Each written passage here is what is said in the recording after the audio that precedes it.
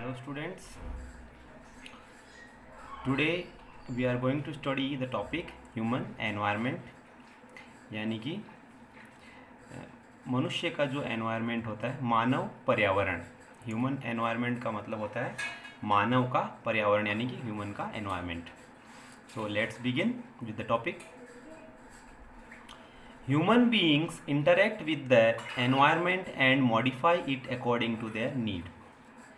मनुष्य जो है पर्यावरण के साथ में, यानी अपने एनवायरनमेंट के साथ में क्या करता है, इंटरेक्ट करता है और उसको अपनी ज़रूरतों के हिसाब से मॉडिफाई करता है, यानी उसमें बदलाव करता है। ठीक है। Early humans adapted themselves to the natural surroundings.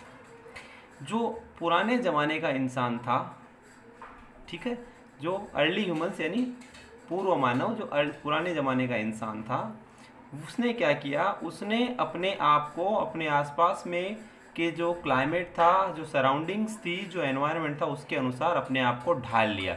यानी जिस प्रकार का सराउंडिंग्स था, उसने अपना रहन सहन उसी प्रकार का बना लिया। They led a simple life and fulfilled their requirements from the nature around them.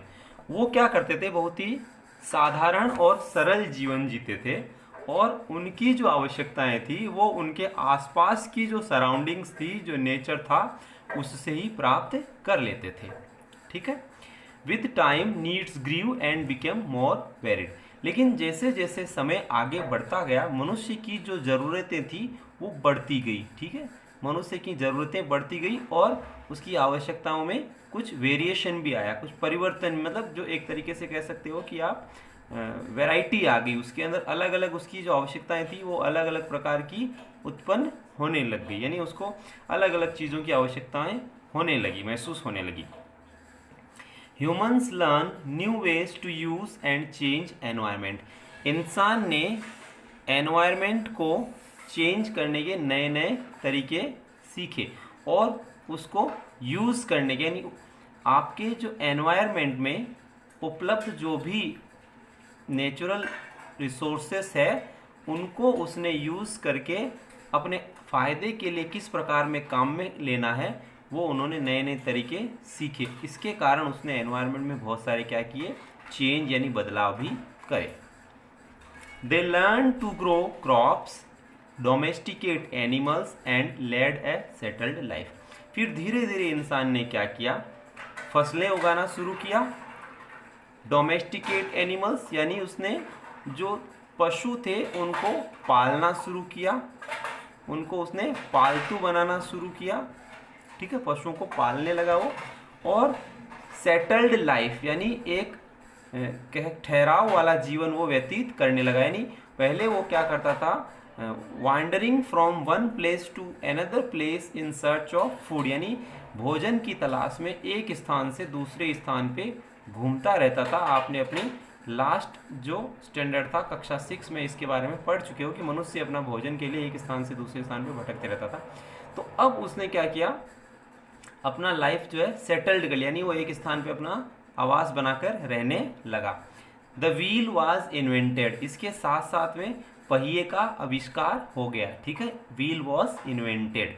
Surplus food was produced. इसके अतिरिक्त पहले मनुष्य के पास क्या करता था कि वो जितना भोजन उसको आवश्यकता होती थी उतना ही फूड कलेक्ट करता था, वो उस वक्त फूड गैदरर था, है ना। उसके बाद में क्या हुआ, जब उसने एग्रीकल्चरल स्टार्ट कर दिया, खेती करना स्टार्ट कर दिया, तो उसके बाद जो फूड था वो सरप्लस यानी एक्स्ट्रा, उसकी जितनी आवश्यकता है उससे अधिक उसने क्या करना शुरू कर दिया, प्रोड्यूस करना शुरू कर दिया। Barter system emerged. Barter system क्या होता है, पहले के ज़माने में आपको पता है कॉइन्स नहीं होते थे या करेंसी नहीं होती थी, तो सिक्कों के या करेंसी के अभाव में, यानी रुपए नहीं होते थे, तो उस समय क्या करते थे वो लोग, ठीक है, तो उस समय वो लोग अपने सामान को ही एक्सचेंज करते थे। जैसे कि मान लो किसान के पास गेहूं, बाजरा और जौ है, अब उसको किसी बाजार से मान लो उसको अपने लिए जूते या उसको मान लो चप्पल, जो उस समय जूतियां बनाई जाती थी ओल्ड टाइम में, या उसको लोहे के कुछ औजार अपने खेती में काम के लिए लाने पड़ते थे, तो वो क्या करता था, वो उस लोहार को या उस मोची को अपने यहाँ उत्पन्न कुछ अनाज देता था और उसके बदले में वो क्या लेता था उनसे, वो जूतियाँ लेता था या लोहे के वो जो औजार बनाए हुए थे वो लेता था। इसके अलावा जब वो कुम्हार के पास जाता था तो कुम्हार को क्या देता था, कुम्हार को वो वही अपने पास उसके पास जो गेहूँ, चावल, बाजरा, जो ये जो फसलें होती थी वो उसको अनाज देता था और उसके बदले में कुम्हार जो पॉटरी बनाता था वो उनको देता था। इसी प्रकार से प्रत्येक व्यवसाय करने वाले व्यक्ति से इसी प्रकार से एक्सचेंज किया जाता था, यानी पैसे नहीं थे, जो थी वस्तुओं के बदले वस्तुएं एक्सचेंज की जाती थी। इसी को बोलते हैं बार्टर सिस्टम, जिसको आप एक सिंपल लाइन में कह सकते हो exchange of goods against goods. ठीक है। Trade started and commerce developed. इसके साथ साथ जब क्या हुआ, फूड ज़्यादा मात्रा में प्रोड्यूस होने लगा तो उसका व्यापार होने लगा, उसको बेचा जाने लगा, ट्रेड स्टार्ट हुआ और जो था उसका क्या बोलते हैं उसको कॉमर्स डेवलप्ड। इसके साथ साथ वाणिज्य का भी विकास हुआ। तो दोनों ही जो ट्रेड और कॉमर्स है वो पूरी तरह से क्या होने लगे, उस समय डेवलप होने लगे। Industrial revolution enabled large scale production. इसके अलावा क्या हुआ, जो इंडस्ट्रियल रेवोल्यूशन था, क्या था, इंडस्ट्रियल रेवोल्यूशन। इंडस्ट्रियल रेवोल्यूशन के कारण लार्ज स्केल प्रोडक्शन जो है वो शुरू हुआ। इंडस्ट्रियल रेवोल्यूशन आपको पता है औद्योगिक क्रांति, उसकी शुरुआत इंग्लैंड में हुई। कहाँ पे हुई थी, तो इंडस्ट्रियल रिवॉल्यूशन के कारण बहुत ज़्यादा लेवल पे, बहुत ज़्यादा बड़े पैमाने पे वस्तुओं का प्रोडक्शन किया जाने लगा। इतनी ज़्यादा वस्तुएं जब प्रोडक्शन की जाने लगी तो उसको क्या करने लगे वो लोग, सेल भी करते थे। अच्छा, transportation became fast, transportation faster हो गया, ठीक है ना। जो संचार के साधन है उनका विकास हुआ। Information revolution made communication easier and speedy across the world. इसके अलावा जो संचार के साधन है ना, आज तो हम बहुत आगे पहुंच चुके हैं, मतलब हमारे पास ईमेल, इंटरनेट और कई सारी व्यवस्थाएं हैं जिसके माध्यम से हम आज बहुत ज़्यादा और फास्ट एंड स्पीडी वे में हम जो एक दूसरे से क्या कर सकते हैं, संबंध स्थापित कर सकते हैं, कनेक्शन, उनसे बातचीत कर सकते हैं। लेकिन उस समय इतना नहीं था, लेकिन एक शुरुआत उस समय हो चुकी थी और उस समय के कॉन्टेम्पररी पीरियड को देखते हुए, समकालीन उस समय के टाइम को देखते हुए वो सुविधाएं जो थी बहुत ज़्यादा मानी जाती थी। यानी कि टेलीफोन का आविष्कार हो चुका था, रेलवे इंजन का आविष्कार हो चुका था, कुछ गाड़ियाँ बन चुकी थी, मशीनें बन चुकी थी। तो इस प्रकार से एक क्रांति की शुरुआत उस समय हो चुकी थी। Have you ever thought why You love eating a juicy watermelon in summer and hot roasted peanuts in winter?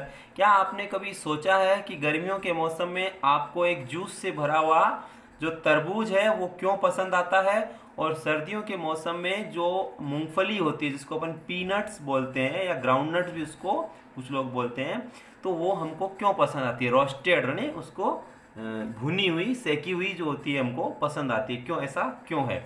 क्यों ऐसा इसलिए है क्योंकि वो क्लाइमेट के अकॉर्डिंग है। विंटर में हमको ठंडी चीज़ें, विंटर में हमको क्या पसंद आता है, गर्म चीज़ें पसंद आती है, और जो है समर में यानी गर्मियों के मौसम में हमको जो ठंडी चीज़ें होती है वो पसंद आती है। तो ये एनवायरनमेंट का अपना एक सिस्टम है, नेचर का, प्रकृति का अपना एक सिस्टम है जो चलता है, जिसको अपन बोलते हैं बैलेंस ऑफ नेचर, जिसको हम क्या बोलते हैं, balance of nature. So a perfect balance is necessary between the natural and human environment. इसके लिए ये वर्ड यूज़ किया गया है, ये लाइन, कि इंसान के बीच में, ह्यूमन के बीच में और नेचर के बीच में एक परफेक्ट बैलेंस होना जरूरी, यानी इंसानों के बीच में और नेचर के बीच में बैलेंस होना बहुत ज़्यादा जरूरी है। Humans must learn to live and use their environment in a harmonious way. मनुष्य को ये सीखना चाहिए कि वो अपना जो एनवायरनमेंट है उसको किस प्रकार सही तरीके से इस्तेमाल करे, ठीक है। यानी अपने एनवायरनमेंट को नुकसान पहुंचाए बिना उसको बहुत सही तरीके से उसको क्या करना चाहिए, एनवायरनमेंट को यूज़ करने के तरीके उसको क्या करने चाहिए, सीखने चाहिए। आगे देखेंगे। Nuri a girl from Mizoram from Ravi's class. Mizoram आपको बताता हूँ स्टेट ऑफ इंडिया, भारत का एक राज्य है। ये राज्य इंडिया के नॉर्थ ईस्ट, कहाँ पे लोकेटेड है, नॉर्थ ईस्ट यानी उत्तर पूर्व में ये राज्य स्थित है, नॉर्थ ईस्ट में। Nuri a girl from Mizoram from Ravi's class often talks about the lush green surroundings of her place. वो क्या है, अपने गांव के बारे में, जहाँ पे उसका मिजोरम में रहती है, वो बहुत ज़्यादा हरियाली वाले क्षेत्र की बात करती है कि मेरे गांव में, मेरे जहाँ पे हम लोग रहते हैं, हमारा गांव में घर है, वहाँ पे बहुत ज़्यादा क्या है, आसपास की जो सराउंडिंग्स है बहुत हरा भरा और हरियाली वाला वहाँ पे माहौल है, यानी सब कुछ वहाँ पे ग्रीनरी फैली हुई है। Seeing Ravi upset at having lost his playground, Nuri invited him to visit her home state during the coming vacation. क्या हुआ, रवि जो था उसका जो उसके स्कूल के नेक्स्ट का जो प्लेग्राउंड था, जब वो तोड़ दिया गया था वहाँ पे एक बड़ी बिल्डिंग बनाने के लिए, तो रवि क्या था, अपसेट था। तो रवि को उदास देख के, अपसेट यानी उदास, रवि को उदास देख के न्यूरी ने उसको इनवाइट किया, यानी न्योता दिया अपने जो उसका गृह राज्य है, नेटिव स्टेट मिजोरम आने के लिए उसको न्योता दिया, इनवाइटेड किया। कब इनवाइटेड किया, जब वो समर वेकेशन हो जाएंगे, वेकेशन में उसको इनवाइटेड किया। Ravi's teacher ask the students to draw the landscape, houses and activities of the people and places they visit during the holidays.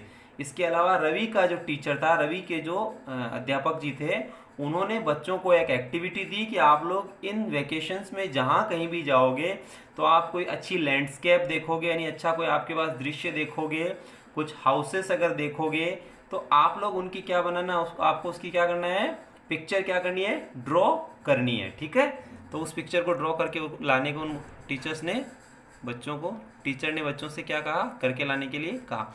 इसके साथ ही देखिए आपके चैप्टर जो है कंप्लीट हुआ। इसमें कुछ और चीज़ें दी गई है, मैं आपको डिस्कस करता हूँ।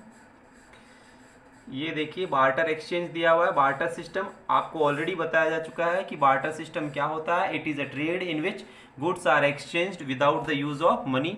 मैं आपको पहले ही बता चुका हूँ, बार्टर सिस्टम में मनी का इस्तेमाल नहीं होता है, exchange of goods against goods होता है। Now let's do one more thing है, talk to some elderly person in your neighbourhood. आप अपने जो है घर के पास में कुछ एल्डरली पर्सन है, यानी कुछ जो बुजुर्ग व्यक्ति है, उनसे बातचीत कीजिए। एंड कलेक्ट इन्फॉर्मेशन अबाउट, और इन चीज़ों के बारे में जानकारी प्राप्त कीजिए। किन चीज़ों के बारे में जानकारी प्राप्त करनी है, जैसे कि देखिए the trees in his her neighbourhood when he she was your age. आप अपने दादाजी से, दादी जी से, या आपके पड़ोस में रहने वाले जो आपके फ्रेंड के दादाजी है, दादी जी, उनसे पूछिए कि आप जब छोटे थे, यानी आप जब मेरे एज के थे, उस समय आपके घर के आसपास क्या कोई पेड़ था, अगर वो पेड़ था तो कौन सा पेड़ था, उनसे उसके बारे में पता कीजिए। The indoor games he she played. अच्छा, उनसे ये भी पूछिए कि दादाजी जब आप हमारी उम्र के थे उस समय आप कौन से इंडोर गेम खेलते थे, जैसे कि आज आप लोग खेलते हो ना, कैरम, चेस, लूडो, ये सारे गेम्स आप इंडोर खेलते हो। इसके अलावा मोबाइल में गेम आप अलग से खेलते हो। तो उस समय आपके जो दादाजी है, या आपके दादाजी के जो फ्रेंड है जो आपके मकान के पास में रहते, उस समय वो लोग कौन से गेम्स खेलते थे घरों में, उनसे पता आपको करना है। नेक्स्ट देखिए, he is her favourite fruit at your age. जब वो आपकी उम्र में थे तो उनको कौन सा फ्रूट यानी कौन सा फल ज़्यादा पसंद था, उसके बारे में उनसे जानकारी प्राप्त कीजिए। How did they make themselves comfortable during hot summers and cold winters. इसके अलावा उनसे भी पूछिए कि जब तेज़ गर्मियाँ पड़ती थी और तेज़ सर्दियाँ पड़ती थी तो वो अपने आप को कैसे मेंटेन रखते थे, अपने आप को कैसे कंफर्टेबल वो उसमें रखते थे। अब देखिए, display your answers on a wall bulletin board. अच्छा, अभी क्या है कि आपकी स्कूल्स तो रन हो नहीं रही है, तो आपके पास ये जो आप ये एक्टिविटी करोगे तो इसमें आपको जो जो आंसर्स मिलेंगे आपके दादाजी से, या आपके फ्रेंड के दादाजी से, या उनकी दादी माँ से, तो आप उनको स्कूल में तो बुलेटिन बोर्ड पे या नोटिस बोर्ड पे पेस्ट नहीं कर पाओगे। लेकिन आपको क्या करना है, इसके जो आंसर्स है, जब आप इसको फाइंड कर लोगे तो मुझे क्या करना है, आपको आपकी नोटबुक में इसके जो आंसर्स है वो सारे क्या करने हैं, लिख के मुझे वापस क्या करना है, आपको वापस व्हाट्सएप पे भेजना है। ठीक है, तो ये आपके लिए क्या हो जाएगी, एक एक्टिविटी भी हो जाएगी। आज के इस वीडियो लेक्चर में हम इतना ही पढ़ेंगे।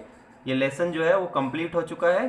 कल के लेक्चर में हम क्या करेंगे, इस लेसन के जो क्वेश्चन आंसर्स हैं उनको मैं आपको एक्सप्लेन करूँगा, और उसके बाद में आपको क्वेश्चन आंसर्स की जो PDF शीट है वो मैं फॉरवर्ड कर दूंगा, जिसको आपको क्या करना है, लर्न करना है और अपने पेरेंट्स को क्या करना है, उनको सुनाना है। ठीक है।